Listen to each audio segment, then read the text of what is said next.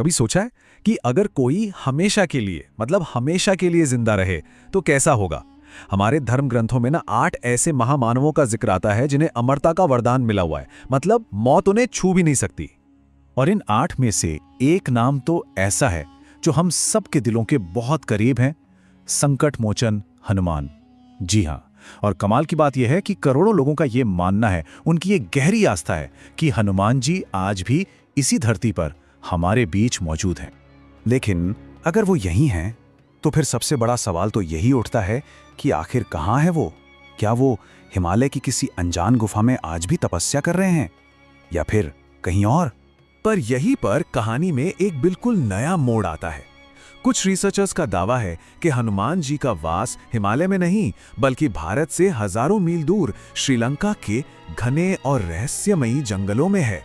तो चलिए इस दावे की तह तक चलते हैं और जानते हैं उस गुप्त मातंग कबीले के बारे में जिनकी ये असाधारण आस्था ही इस पूरी कहानी का सेंटर पॉइंट है। तो ये जो मातंग कबीला है, ये श्रीलंका के पिद्रू पहाड़ों के इतने घने जंगलों में रहता है कि आप सोचिए, आज की मॉडर्न दुनिया की रोशनी तक वहां नहीं पहुंची है। वो लोग बाहरी दुनिया से आप कह सकते हैं कि लगभग पूरी तरह से कटे हुए हैं। इस कबीले की जिंदगी बेहद रहस्यमयी है। जरा सोचिए, एक ऐसी जगह जहां ना बिजली है ना ही कोई मोबाइल फोन।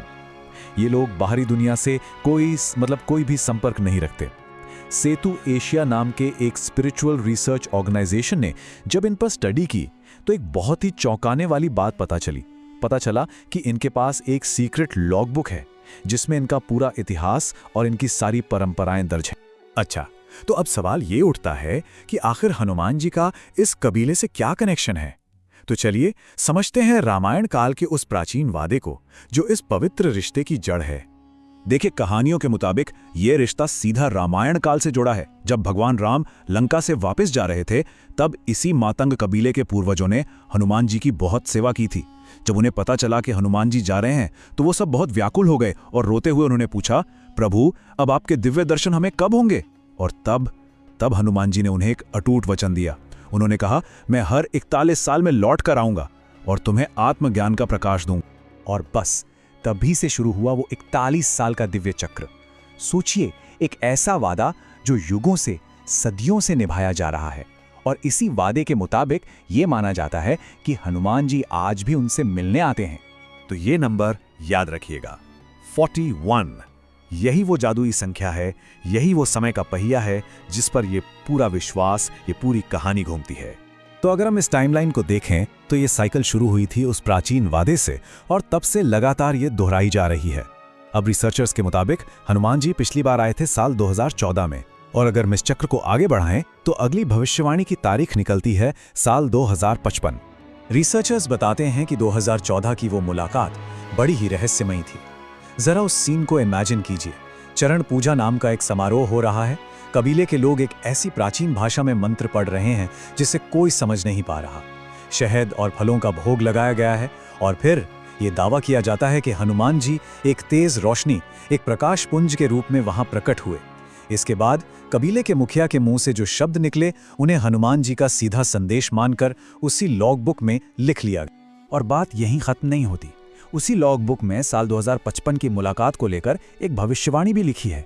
एक ऐसी भविष्यवाणी जो कहती है कि हनुमान जी की अगली यात्रा सिर्फ उस कबीले के लिए नहीं बल्कि पूरी दुनिया के लिए एक बहुत बड़ा बदलाव लेकर आएगी।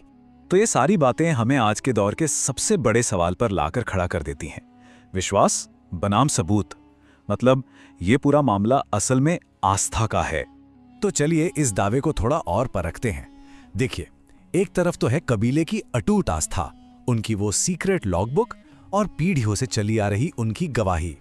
लेकिन दूसरी तरफ सबूतों का पूरा अभाव है। मतलब उस किताब को आज तक किसी बाहरी इंसान ने नहीं देखा, कोई साइंटिफिक डेटा रिकॉर्ड नहीं किया गया, कोई फोटो या वीडियो भी मौजूद नहीं है, और तो और उस समारोह में बाहरी लोगों को आने की इजाजत ही नहीं है। तो बिना किसी ठोस साइंटिफिक प्रूफ के ये पूरी कहानी आस्था के दायरे में आ जाती है। जो मानते हैं उनके लिए ये एक गहरा आध्यात्मिक सच है, और जो नहीं मानते उनके लिए शायद ये एक दिलचस्प लोक कथा है। तो आखिर में ये पूरी कहानी हमें एक बहुत गहरे सवाल के साथ छोड़ जाती है कि आज की इस दुनिया में जो डेटा और सबूतों पर चलती है, उसमें आस्था और विश्वास की आखिर क्या जगह है, क्या भूमिका है?